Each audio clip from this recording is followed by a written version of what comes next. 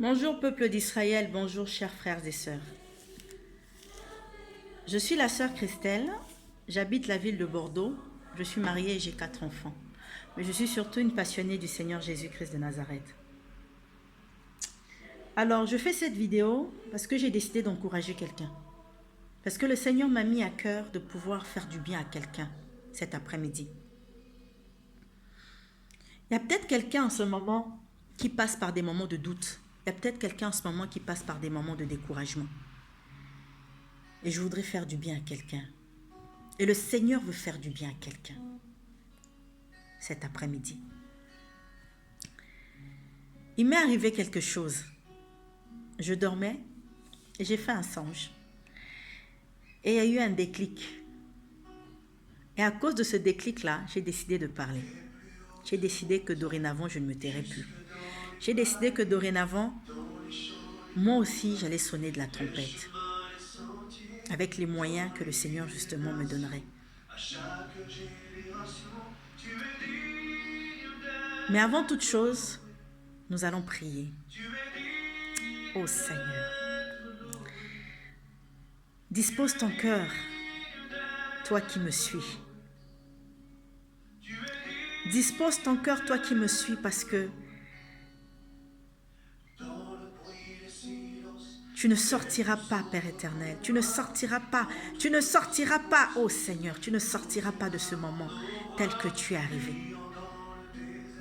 Tu ne sortiras pas de ce moment de partage tel que tu es arrivé. Élevons la voix et prions. Père éternel, toi qui es notre Dieu, toi qui es notre Seigneur, ô Jésus, je t'élève, je te glorifie. Car tu es digne d'être élevé, tu es digne d'être honoré. Et je t'honore ce moment, je t'honore Père éternel en ce moment. Je t'honore et je t'élève Père éternel pour ce moment. Prends le contrôle et la direction de tout ce qui va se faire à partir de maintenant. Tu es Dieu en toutes circonstances.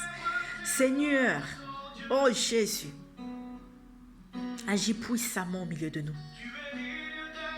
Prends le contrôle Père éternel, Papa, de chaque mot, de chaque phrase qui va être dite, de chaque mot qui va être dit lors, Père éternel, de ce partage. Touche le cœur de chacun de ceux qui vont regarder, Père éternel, de ceux qui vont me suivre. Et pardonne-nous, Père éternel, pour nos fautes, parce que tous les jours nous pardonnons. Accorde-nous, Père éternel, ta miséricorde, non seulement à moi, mais à mes frères. Laisse que ton sang nous couvre. Laisse que ton sang, Père éternel, sanctifie ce moment. Sanctifie les cœurs. Dispose les cœurs. Laisse que ton sang sanctifie chaque chose qui va se faire à partir de maintenant. Jésus. Ô éternel, que ton Esprit Saint soit au contrôle. Que ce ne soit plus moi, mais que ce soit toi seul qui puisse agir et qui puisse faire toutes choses pour la seule gloire de ton nom. Seigneur, tu es digne d'être loué. Que je m'abaisse, que je disparaisse, que je meure, que ma chair meure, afin que toi seul, Père éternel, tu sois, que toi seul tu vives, que toi seul, Père éternel, tu croisses. Car ce n'est plus moi qui vis, mais c'est toi qui vis au travers de moi. Que ce ne soit pas moi qui parle, mais que ce soit toi seul qui t'exprime au travers de ma bouche. Toi qui règnes au-dessus de toute autorité.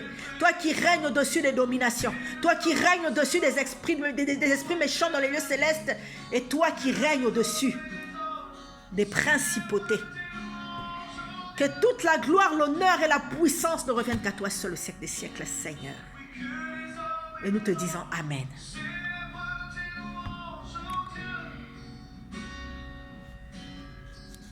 Alors, le Seigneur m'a inspiré de partager avec vous autour de 3 passages. Le premier passage se trouve dans le livre d'Esther, au chapitre 3, à partir du verset 8. Que dit ce verset? Lisons au nom du Seigneur, s'il vous plaît. Excusez-moi, je suis un tout petit peu enrhumée. Ça ne va pas être évident pour moi. Mais comme je vous ai dit tantôt, j'ai décidé de parler. Ce n'est pas la maladie qui va m'empêcher de le faire. Alors Aman dit au roi Assuérus,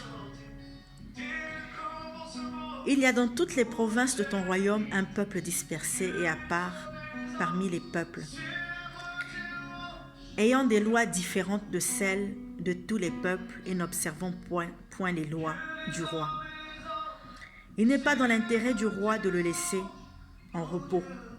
Si le roi le trouve bon, qu'on écrive l'ordre de les faire périr, et je pèserai 10 000 talents d'argent entre les mains des fonctionnaires pour qu'on les porte dans le trésor du roi. Le roi ôta son anneau de la main et le remit à Aman, fils d'Amdata, l'Agagite, ennemi des Juifs.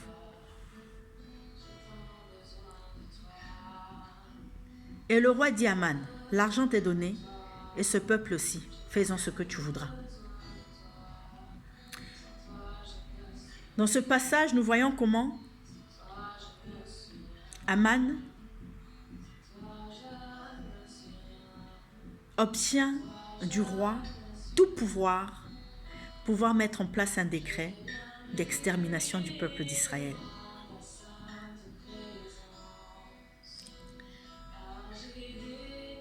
Et Aman décrit le peuple d'Israël comme étant un peuple à part parmi les peuples.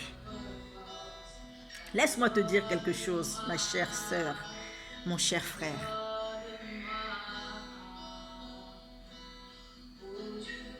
Tu es à part parmi tous ceux de ta génération.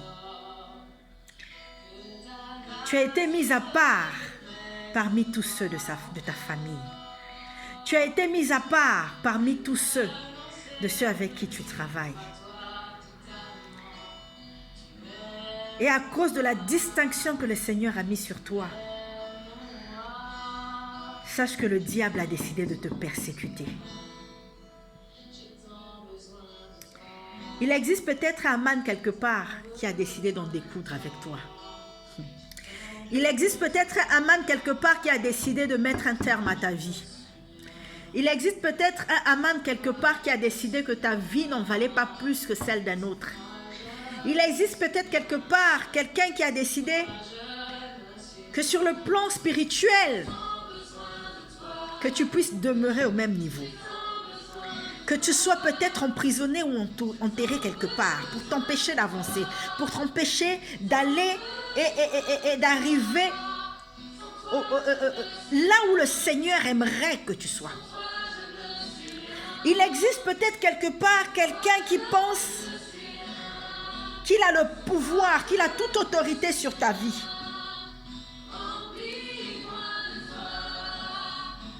Alors que seul le Seigneur a le pouvoir de vie et de mort sur chacun de nous. Mais je veux dire à quelqu'un cet après-midi qu'il a menti. Je vais dire à quelqu'un cet après-midi que ce Aman ne fait que creuser sa propre tombe. Je vais dire à quelqu'un aujourd'hui que ce Aman est tout simplement en train de, par cette persécution, en train de créer les escaliers par lesquels tu vas pouvoir passer pour arriver au sommet. Je vais tout simplement dire à quelqu'un que tout ce que tu es en train de traverser en ce moment, c'est tout simplement le canal par lequel le Seigneur voudrait que tu passes pour que tu sois propulsé au plus haut. Oh Jésus.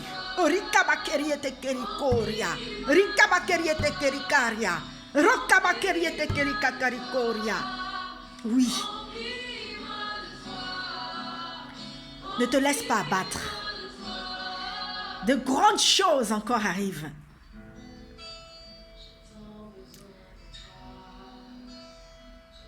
Ça a été le cas pour Joseph, au milieu de ses frères. Il a été vendu par jalousie de ses frères. Il est passé par la maison de Potiphar. Et dans la maison de Potiphar, il a encore été accusé à tort. Il s'est retrouvé en prison. Étant en prison, le Seigneur a permis des choses. Au point qu'en réalité, là où d'autres pensaient que c'était la fin pour lui, en réalité, ce n'était que le chemin que le Seigneur avait tracé pour qu'il devienne le premier ministre du roi, le premier ministre de Pharaon.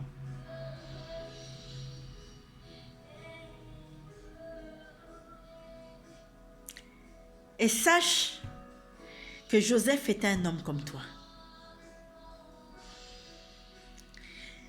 Tu es peut-être le Joseph de ta famille. Tu es peut-être,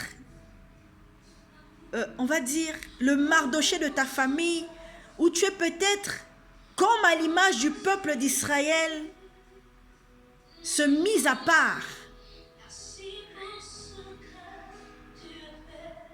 qui va faire toute la différence dans ton entourage. Mais je te dis que de la même manière que Joseph a été justifié, de la même manière que le peuple d'Israël, la reine Esther et Mardoché ont été justifiés, sache que ta justification pointe à l'horizon. Encore juste un peu de temps et tu verras ce qui va se passer dans ta vie. Nous allons le voir dans la suite, dans le deuxième passage d'Esther. Il s'agit du 7e chapitre d'Esther. Ce passage, et je vous invite à aller le lire, ce passage où nous voyons que lors d'un repas organisé par la reine Esther, en tout cas dans ses locaux, le roi, très amoureux de sa femme et ayant de la part du roi trouvé grâce à ses yeux, va saisir une occasion que le roi va lui tendre pour pouvoir sauver son peuple. Du fait que ce décret ait porté le sceau du roi, cela voulait dire à l'époque que cette autorisation a été donnée et faite par le roi. D'où le fait qu'elle s'adresse directement au roi, d'où le fait qu'elle demande directement au roi que ce soit lui qui puisse la gracier. Non seulement elle, mais aussi son peuple, en lui expliquant qu'une menace de mort pèse sur elle. Et comprenez la réaction du roi quand le roi, saisi de colère, se lève et s'en va dans son jardin. Parce qu'au final, la reine finit par lui dire en réalité qui était à l'origine de cela. Bien que portant le sceau du roi, mais c'est Aman qui avait décidé de ce décret. C'est Aman qui avait fait éditer ce décret.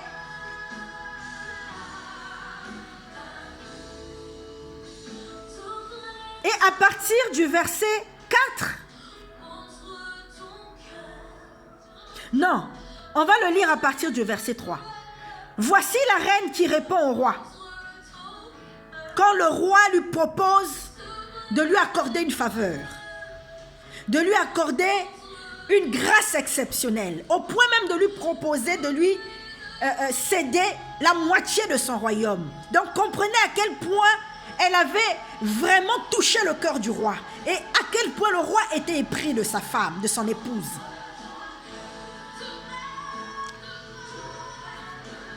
La reine Esther répondit: si j'ai trouvé grâce à tes yeux, ô roi, et si le roi trouve bon, accorde-moi la vie, voilà ma demande, et sauve mon peuple, voilà mon désir. Et voilà comment elle décrit la sentence qui les attendait.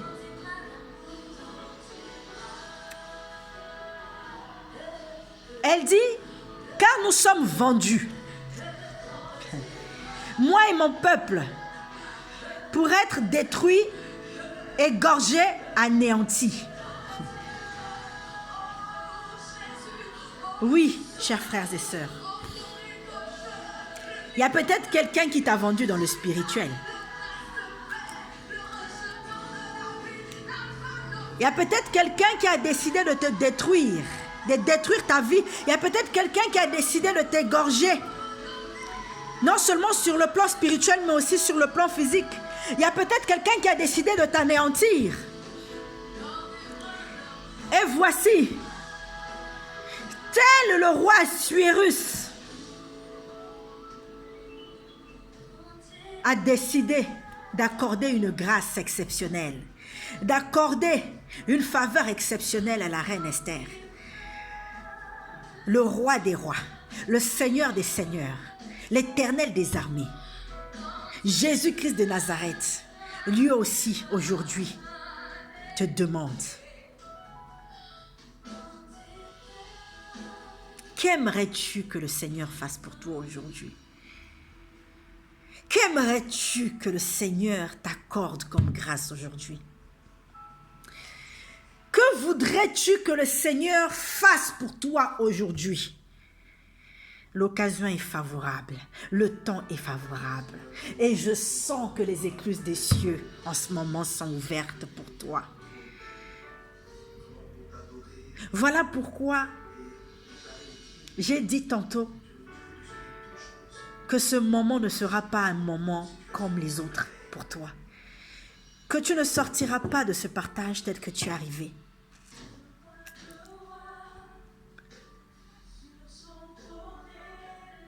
Mais qu'est-ce qui s'est passé pour que la reine Esther trouve autant grâce aux yeux de son mari, de son épouse? Avant que son mari ne soit épris d'elle, ne soit touché par elle, il a fallu d'abord qu'elle puisse toucher le cœur de Jésus. Il a fallu d'abord qu'elle puisse toucher le cœur de l'Éternel. Il a fallu d'abord qu'elle puisse toucher le cœur de celui qui est le créateur de toutes choses. Celui qui a permis que le roi Assuérus devienne roi. Celui qui a permis qu'elle se retrouve à cette place stratégique, parce que le Seigneur savait qu'à un certain moment, une menace pèserait sur son peuple. La place qu'elle a obtenue ne suffisait pas, mais il fallait qu'elle en paye le prix.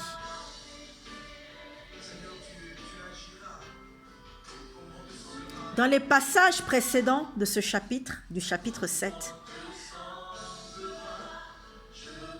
dans les premiers versets, dans les premiers chapitres, nous voyons comment, après que la reine Vashti n'ait été chassée du royaume, le roi Assuérus va décider, par le conseil de ses ministres, de prendre une deuxième épouse. Pas une deuxième épouse, mais de prendre une autre épouse. Il y a eu ce qui s'est passé jusqu'à ce que la reine Esther soit finalement choisie comme étant l'élu qui occuperait cette place auprès du roi. La reine Esther s'est préparée. La reine Esther s'est préparée. Elle a eu des moments de préparation pour devenir non seulement reine, mais pour trouver grâce aux yeux de son mari, le roi Assuérus, pour qu'il puisse répondre à ses attentes, afin que son peuple soit sauvé. Et nous voyons comment Esther s'est préparée en prenant des moments de jeûne, en prenant des moments d'intimité dans la présence du roi, dans la présence du roi des rois, dans la présence du Seigneur des seigneurs. Oui, elle a été justifiée, elle et son peuple. Et pendant cette préparation, le Seigneur lui a donné le mandat. Le Seigneur l'a équipé. Le Seigneur est venu mettre les mots dans sa bouche. Parce qu'en réalité, tout ce qui sortait de sa bouche, c'est le Seigneur qui est en train de lui inspirer.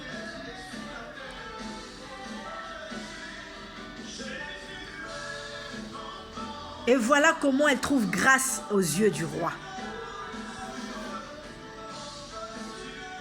Le roi finit par découvrir qu'Aman était à l'origine de toutes ces choses. Et pour couronner le tout, il vient trouver Aman au pied du lit d'Esther en pensant qu'il était sur le point de l'agresser et donc d'en finir avec elle. Voilà comment Aman, tombant dans son propre piège, finit par être escorté par la garde du roi et au final pendu.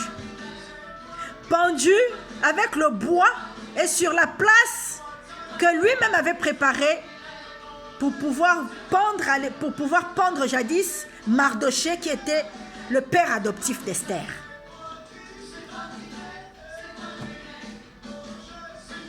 Parce que dans les passages précédents, Aman avait décidé de faire pendre Mardoché, qui finalement a été justifié et élevé par le roi. Parce qu'il avait permis parce que le Seigneur avait permis que par Mardoché, le roi Assuérus puisse être sauvé d'un complot qui était en train de se tramer contre lui. Et cela avait été marqué, écrit quelque part dans le livre des souvenirs.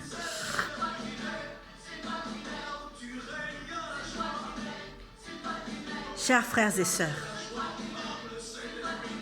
ce n'est pas encore la fin pour toi. Je veux tout simplement encore te dire que ce Aman-là qui s'est levé dans ta vie, je vais tout simplement te dire que ce monsieur-là, ou cette personne-là, ou ce conglomérat de personnes-là, cette association de personnes-là, ce groupe de personnes-là, ou cette personne tout simplement qui a décidé d'en découdre avec ta vie, va lui-même être enterré là où lui pensait t'enterrer. Va lui-même être emprisonné là où il pensait t'emprisonner. Va lui-même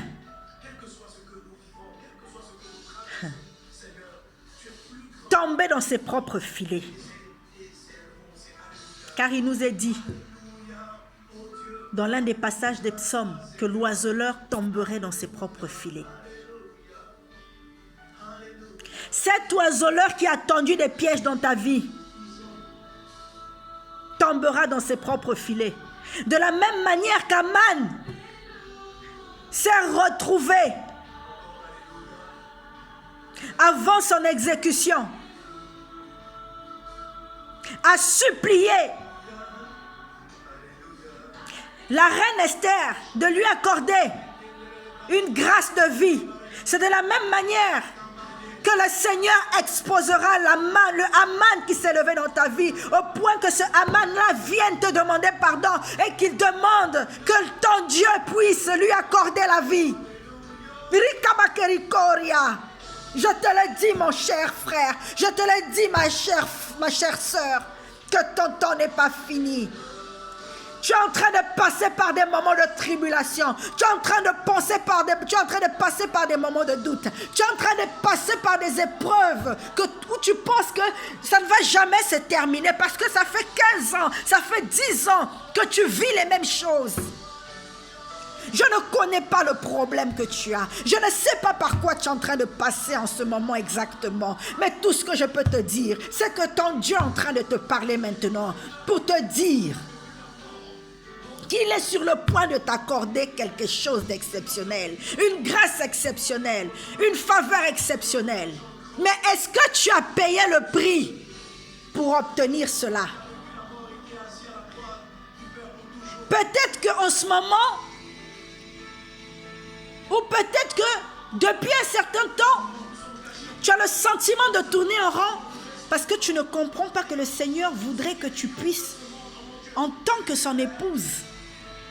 Parce que l'Église est l'épouse de Dieu et l'épouse de Christ. Allez toi aussi te préparer. Le Seigneur est prêt à t'accorder quelque chose. Mais est-ce que tu as pris un temps de préparation? Est-ce que tu as pris des moments des moments de brisement au niveau de la chair? Est-ce que tu as pris des moments où finalement tu as décidé tout simplement d'adorer ton Dieu? Est-ce que tu as pris des moments où tu as décidé de te faire une beauté spirituelle pour ton Dieu? Est-ce que tu as pris des moments de méditation de la parole, des moments de prière, pas seulement pour lui demander quelque chose, pas seulement parce que tu as besoin d'obtenir quelque chose de lui, mais tout simplement parce qu'il est Dieu et qu'il a besoin que tu l'adores, parce que tu as été créé pour cela, tu as été créé pour l'adorer, tu as été créé pour l'honorer, tu as été créé pour le louer. Est-ce que tu as fait quelque chose pour toucher le cœur de Dieu? Est-ce que tu as fait quelque chose pour pouvoir trouver grâce aux yeux de l'Éternel? Oui, il y a un prix à payer en toutes choses. Même dans les choses de Dieu, il y a un prix à payer. Le prix à payer peut être plus ou moins périlleux pour certains. Pour certains, ça sera plus long. Pour certains, ça sera plus court. Pour certains, ça sera plus douloureux. En fonction de ce que le Seigneur a prévu pour toi, en fonction de ta destinée, en fonction en tout cas, de ce que le Seigneur a prévu pour toi, en fonction de ta destinée prophétique. Tu dois plus ou moins payer un certain prix. Est-ce que tu l'as fait? Esther s'est préparée.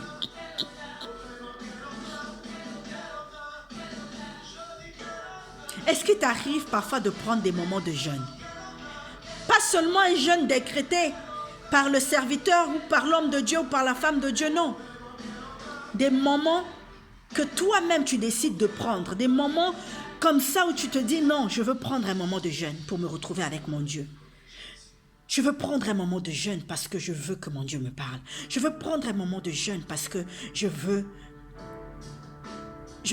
que le Seigneur puisse tuer ma chair. Je veux prendre un moment de jeûne parce que j'ai besoin que ma vie change. Oui, Aman existe. Aman a toujours existé. Et Aman existera encore.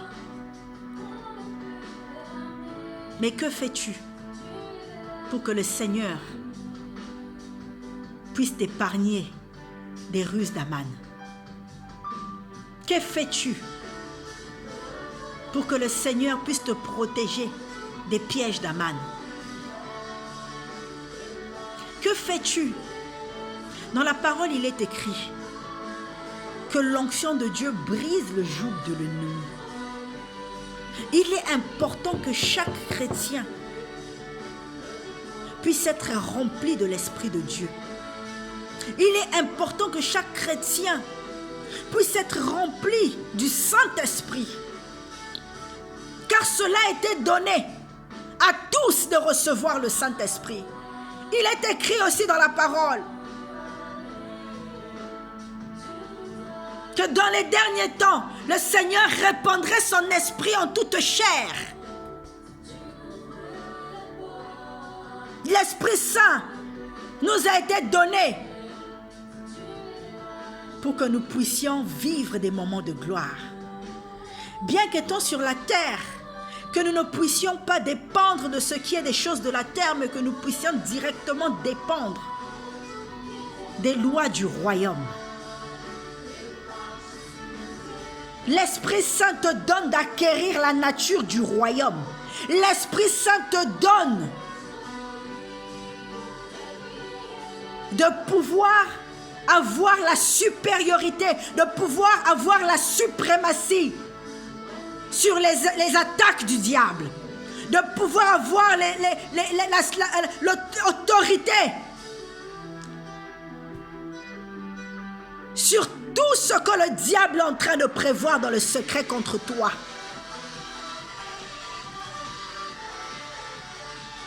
Bien qu'il ait dit dans la parole que toute arme forgée contre nous sera nulle et sans effet, et que toute langue qui s'élèvera en justice contre nous, nous serions capables de les condamner. Mais ce n'est pas seulement comme ça, la bouche, que ça se fait. La parole qui sort de ta bouche doit être accompagnée d'une puissance.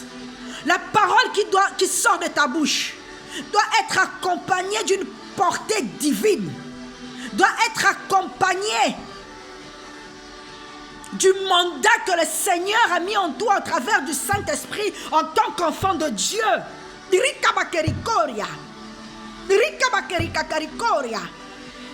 à ce moment-là, ayant été équipé par le canal du Saint-Esprit, tu peux te permettre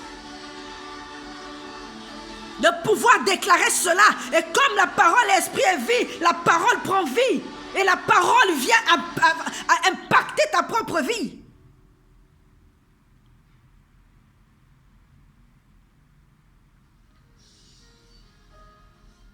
Oui.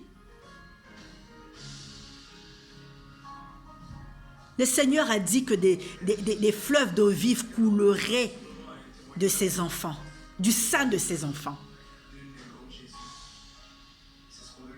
Mais si des fleuves d'eau vive coulent de ton sein, ça veut dire qu'en toi tu portes la vie.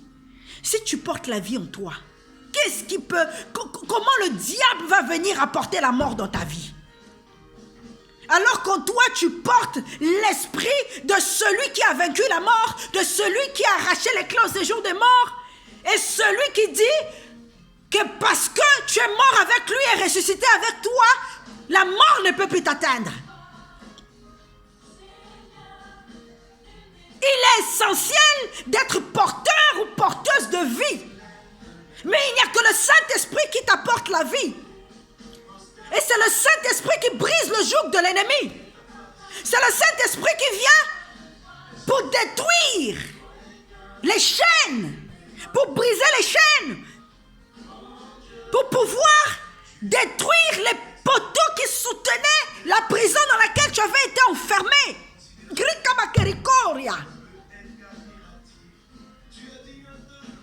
Est-ce que tu sais que même dans cette prison, tu peux créer des dégâts? Les apôtres se sont retrouvés en prison. Nous connaissons l'histoire des apôtres qui se sont retrouvés en prison. Et parce qu'ils se sont mis à louer, parce qu'ils se sont mis à adorer, les chaînes se sont rompues.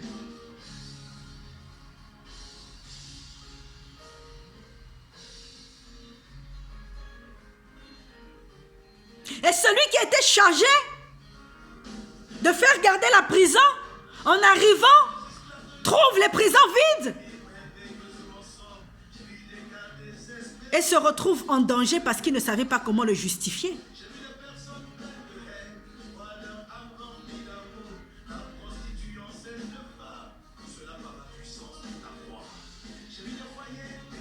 Oui, ma chère.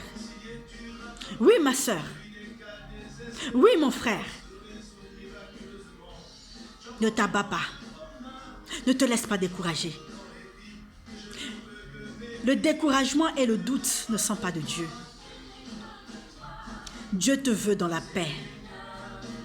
Dieu te veut joyeuse, car il nous demande de rendre grâce, de lui rendre grâce en toutes circonstances.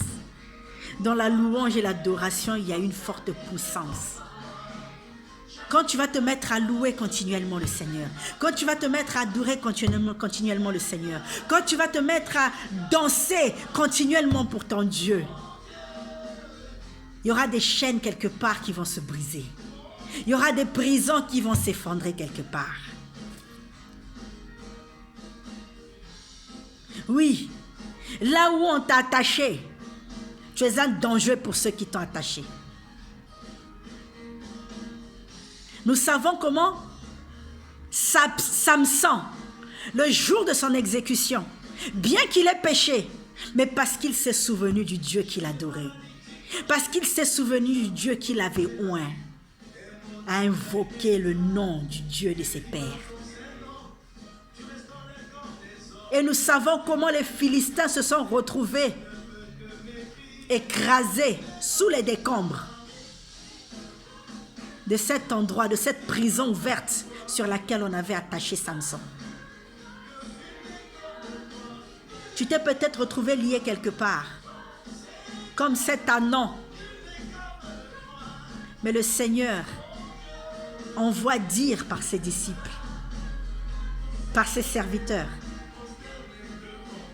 Le Seigneur te dit aujourd'hui, et il s'adresse à ceux qui te détiennent en captivité, qu'il a besoin de toi. Et tout genou fléchit devant le nom du roi des rois. Tout genou fléchit devant le nom du Seigneur des seigneurs. Le nom de Jésus, qui est au-dessus de tout nom. Quel est le nom qu'on t'a fait porter? On t'a fait porter le nom de stérile? On t'a fait porter le nom de chômeur? On t'a fait porter le nom de prostituée? On t'a fait porter le nom d'emprisonné? On t'a fait porter quel nom? Le nom de délaissé? On t'a fait porter quel nom? On t'a fait porter le nom du malheur, le nom de la mort. On t'a fait porter le nom de quoi? Le nom du diabète. On t'a fait porter le nom du cancer. On t'a fait porter le nom d'une quelconque maladie. Mais tu as avec toi celui qui a le nom au-dessus de tout nom. Quel que soit le nom qu'on t'a donné, quel que soit le nom qu'on t'a fait porter, je te dis, prépare-toi. Si tu es dans les dispositions de recevoir, sache que ce message est pour toi aujourd'hui.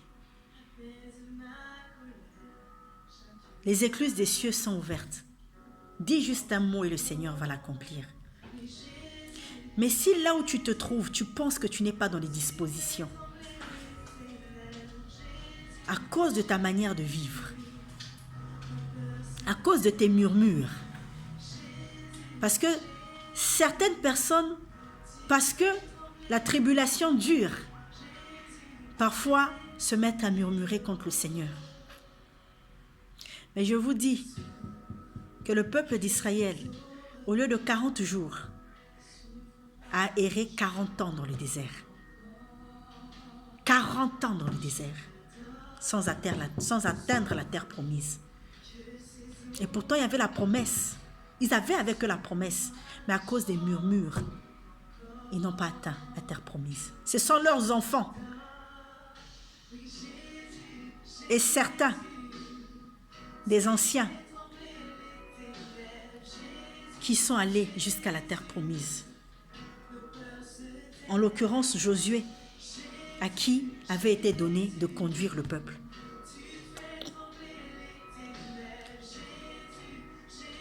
Ne murmurez pas.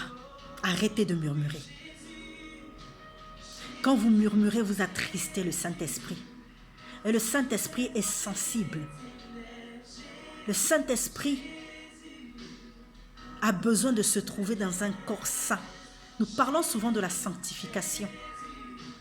La sanctification ne touche pas qu'à tout ce qui a trait au sexe. La sanctification touche à plein de choses. Ta manière de te vêtir. Ça touche à ta manière de t'exprimer. Ça touche à ta manière de t'adresser aux autres.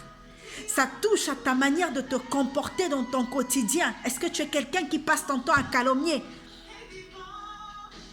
Ça touche à ta manière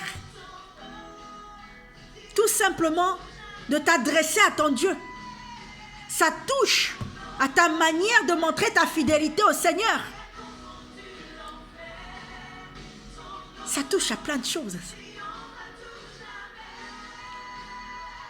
La sanctification, c'est vaste. Peuple de Dieu, préparons-nous. Quand nous demandons à Dieu, la main de Dieu n'est pas courte pour nous atteindre. Le Seigneur est présent. Il est prêt à nous donner ce que nous voulons. Parce qu'il sait mieux que nous ce dont nous avons besoin. Et la Bible dit que nous sommes bénis de toutes les bénédictions de célestes en Christ. Mais pourquoi nous ne touchons pas du doigt ces bénédictions-là? Non, nous ne les touchons pas parce que dans notre marche avec le Seigneur, nous ne rentrons pas dans les dispositions du recevoir. Pour recevoir, il faut donner. Donner tout ce que tu as pour le Seigneur. Donne-toi entièrement. Le premier sacrifice que le Seigneur demande, ce ne sont pas tes biens, mais le premier sacrifice que le Seigneur demande et auquel il prend plaisir, c'est toi-même. Parce que tu es son temple. Que ta vie devienne un cycle d'adoration pour le Seigneur au quotidien. Dans tout ce que tu fais, dans chaque département de ton existence, que tu deviennes un parfum de bonne odeur pour Dieu. Quand le Seigneur va te voir, qu'il te voit comme étant un joyeux, à qui il n'a pas encore donné de nom, à qui il n'a pas encore trouvé de nom, un joyeux exceptionnel, qu'il a tout le temps envie de regarder, un joyeux qu'il a tout le temps envie de porter, un joyeux dont il veut se servir, même pour décorer son trône et sa maison.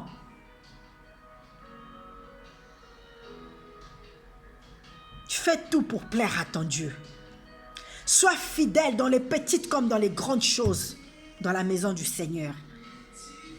Et pratique la charité au quotidien. Et des moments d'intimité profonde avec le Seigneur. Cultive des temps d'adoration et de louange. N'attends pas qu'on te le dise. Mais que ça devienne permanent. Non, que ça devienne vraiment permanent chez toi. Oui, que ça devienne permanent. Que ça devienne un mode de vie. J'ai pour habitude de dire que être chrétien, ce n'est pas une religion. Être chrétien, c'est un mode de vie. La parole que tu lis, la parole que tu entends, tu dois la vivre. Tu dois la vivre. Tu dois la vivre. Avant que tu ne commences à la prêcher, avant que tu commences à l'exhorter, avant que tu ne commences à l'enseigner, tu dois commencer à l'expérimenter toi-même. Esther a trouvé grâce aux yeux du roi Assuérus. Mais avant de trouver grâce aux yeux du roi Assuérus, elle avait d'abord trouvé grâce aux yeux de l'Éternel. Il y avait une promesse qui pesait sur elle. Elle s'est préparée. Voilà comment elle a été choisie. Parce que toi, tu as été choisi par Dieu pour accomplir quelque chose dans cette génération. Que ce soit au niveau de ta famille, quel que soit le champ que le Seigneur te donne, quelle que soit l'attente, la dimension de l'attente que le Seigneur t'a donnée. Oh! Cherche à être excellente dans cela. Quel que soit le don que Dieu t'a donné, cherche à être excellente dans cela. Cherche à perfectionner tout ce que le Seigneur te donne. Même si c'est petit aux yeux de certaines personnes, sache que dans les choses de Dieu, rien n'est petit. Tout ce qu'on fait pour l'Éternel est grand. Moi qui suis devant vous, c'est la première fois que je fais une vidéo. Que je m'adresse publiquement comme ça là au peuple de Dieu. Quand je dis publiquement, au travers des médias, au travers d'une vidéo, c'est la première fois. Je suis quelqu'un de timide, ne voyez pas tel que je suis. Avant de faire cette vidéo-là,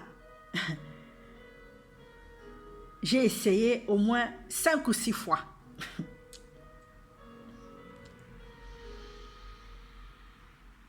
Mais on dit qu'il faut commencer.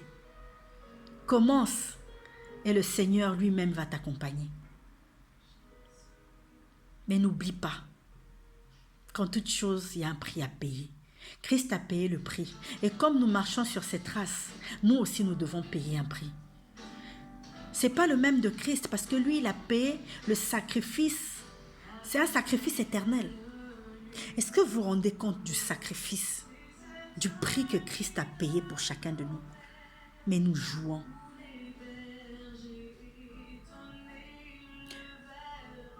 Jésus-Christ est devenu comme un féticheur, devant qui on vient juste pour pour donner des doléances, pour demander. À la limite, c'est comme si on venait même pour certaines personnes, ça devient une exigence. On n'impose rien au Seigneur. Il est Dieu. On vient juste demander, mais on n'est pas prêt à payer le prix. On demande pour demander, on n'est pas prêt à payer le prix. On ne se rend pas compte qu'en réalité, Christ nous a déjà tout donné. Tout est en nous. Mais pourquoi est-ce que le dépôt que Dieu a mis en nous ne s'exprime pas? Pourquoi est-ce que la graine que Dieu a mis en nous ne pousse pas? Pourquoi est-ce que cette fleur n'éclot pas?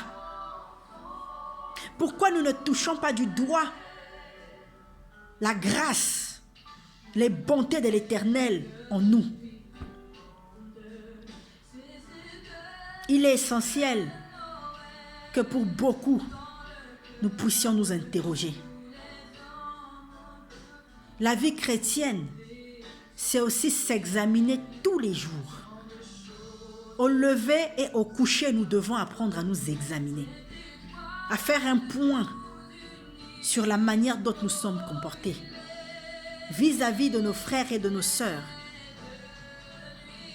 par rapport à la parole de Dieu. Est-ce que nous avons été un modèle? Est-ce que nous avons marché selon la volonté de Dieu toute la journée? Beaucoup de gens n'arrivent pas à toucher du doigt certaines choses de l'Éternel. Beaucoup de gens n'arrivent pas à vivre la gloire de Dieu parce qu'ils n'arrivent pas à pardonner. Pardonne même à celui qui t'a fait du mal. Pardonne même à celui à qui pardonne à celui qui t'a pardonne à celui qui t'a fait du mal. Quelquefois, même quand tu as raison, parce que tu es animé d'un esprit de bonté, parce que tu es animé d'un esprit de douceur et pas d'un esprit de querelle, et que le Seigneur a mis en toi aussi la capacité d'éteindre le feu quand il le faut. Même quand tu as raison.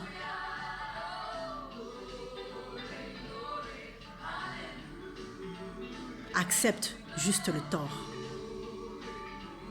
Accepte le tort. Ça ne va rien t'enlever. Dis j'ai tort. J'ai tort. Parce que en toi, tu es animé d'un esprit de douceur et de réconciliation. Le ministère de Christ, c'est aussi un ministère de réconciliation. C'est Dieu seul qui te justifiera. Ne cherchons pas à nous faire justice nous-mêmes. Ne cherchons pas à nous faire justice nous-mêmes. Laissons Dieu nous justifier. Parce que ceux que Dieu a justifiés, c'est aussi ceux-là que Christ a glorifiés. Frères et sœurs, cherchons l'excellence du royaume. Et non les choses qui périssent de la terre. Les choses que le voleur peut venir prendre. Les choses qui peuvent être touchées par la rouille. Non, cherchons l'excellence du royaume. Quelle est ta relation avec l'Éternel en ce moment?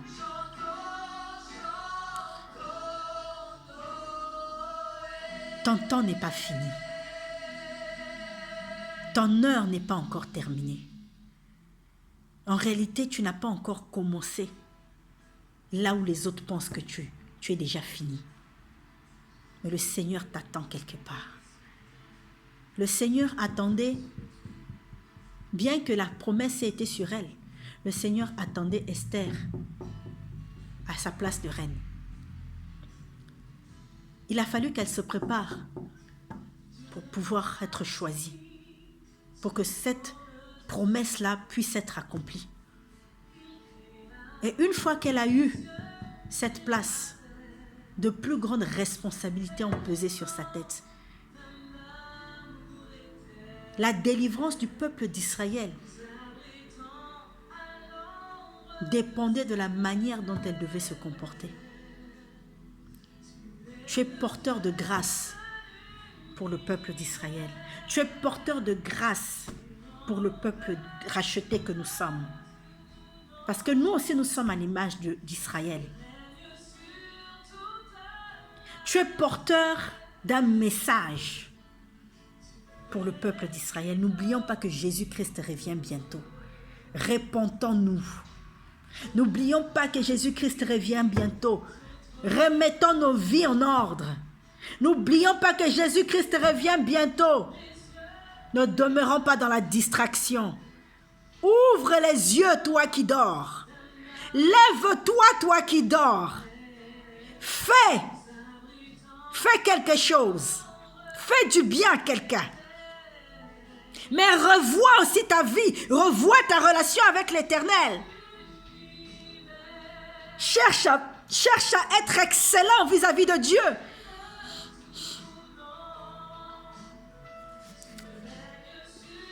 Et le dernier passage que le Seigneur m'a inspiré, c'est dans le livre d'Ésaïe 60, au verset 1. Pour terminer, voilà ce que le Seigneur te dit. Toi qui m'écoutes, lève-toi, sois éclairé, car ta lumière arrive. Et la gloire de l'Éternel se lève sur toi. Sois éclairé au travers de ce message. Car ta lumière arrive. Si tu dormais, lève-toi.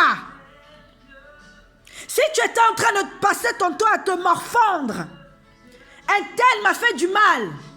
Il y a tel sorcier qui est en train de s'attaquer de moi, qui est en train de s'attaquer à moi. Mais le sorcier existera toujours. Le mauvais existera toujours.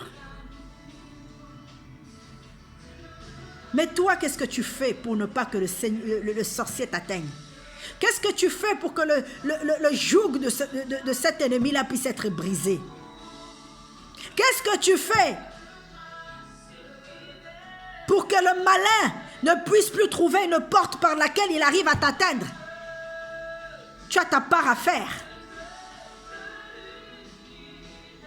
Quelquefois, le diable ne nous attaque, n'arrive à nous atteindre que par les portes que nous-mêmes nous ouvrons.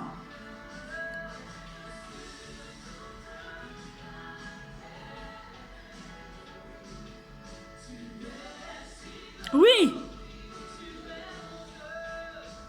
À qui donnes-tu ton oreille? À qui vas-tu te confier? C'est bien de te confier à l'homme de Dieu. C'est bien de te confier à la servante de Dieu, à la femme de Dieu. Mais tu oublies tellement de te confier à Jésus-Christ de Nazareth qui a payé le prix pour toi à la croix de Golgotha. Est-ce que tu réalises le prix que Christ a payé pour toi? Dans la parole, il est écrit que Christ est venu pour prendre le péché du monde. On ne réalise pas à quel point Christ a souffert. Imagine, Christ a pris le péché du monde sur toute l'éternité.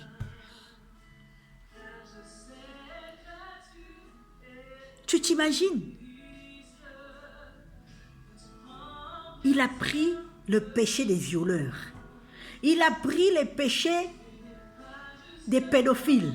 Il a pris les péchés des adultères. Il a pris les péchés des impudiques. Il a pris les péchés des menteurs. Il a pris les péchés des occultistes. Il a pris les péchés des sorciers. Que dis-je encore? Il a pris le péché des assassins. Il a pris le péché sous toutes ses formes, sur toute une génération. La Bible ne nous décrit pas dans le détail ce que Christ a dû subir pour ce prix-là qu'il a dû payer pour nous, pour chacun de nous.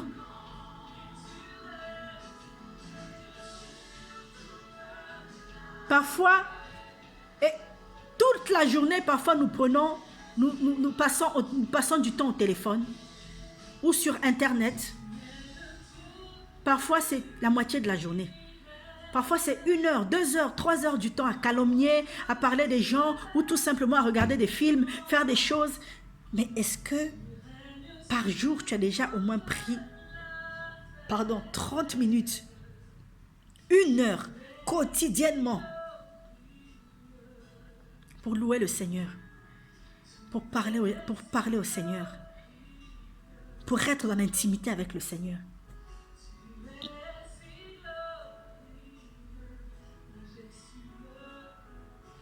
Peuple de Dieu, retiens ce message de réconfort. Lève-toi, sois éclairé, car ta lumière arrive. Et la gloire de l'Éternel se lève sur toi.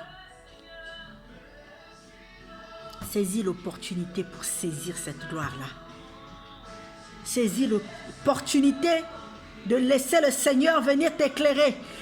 Saisis l'opportunité d'ouvrir ton cœur afin que le Seigneur y rentre et qu'il transforme ta vie. Saisis l'opportunité de te lever de ton petit coin où tu passais tantôt à te plaindre.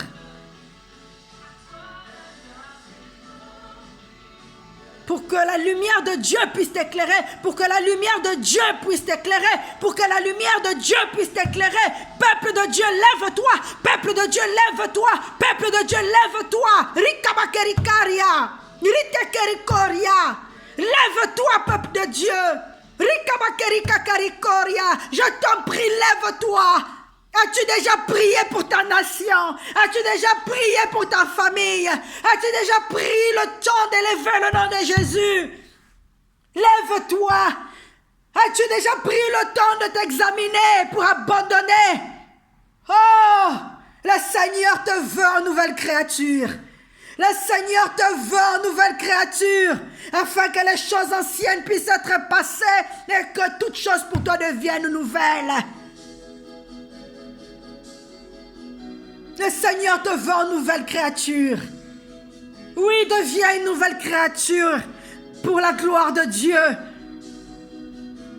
Ne commence pas d'abord à prioriser le mariage. Ne commence pas à prioriser le voyage.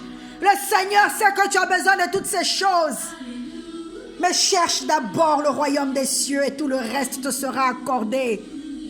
Fais de l'Éternel tes délices et il te donnera tout ce que ton cœur désire.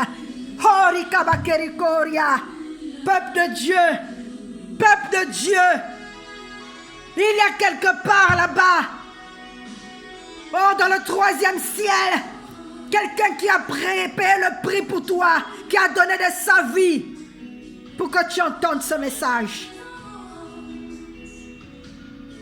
Nous allons prier.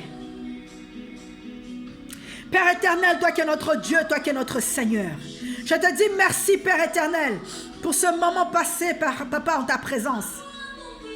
Je te dis merci, Papa, parce que c'est toi qui m'as conduit, c'est toi qui m'as dirigé, c'est toi qui m'as guidé. Laisse que ton peuple, Père éternel, puisse être touché par ce message. Laisse que ton peuple, Papa, puisse être exhorté par ce message. Laisse que ton peuple puisse être transformé par ce message. Laisse que ton peuple puisse être ramené à toi, son premier amour, au travers de ce message. Laisse que quelqu'un puisse recevoir la guérison, oh Papa, au travers de ce message. Laisse que quelqu'un puisse recevoir la résurrection au travers de ce message. Laisse que quelqu'un puisse être fortifié.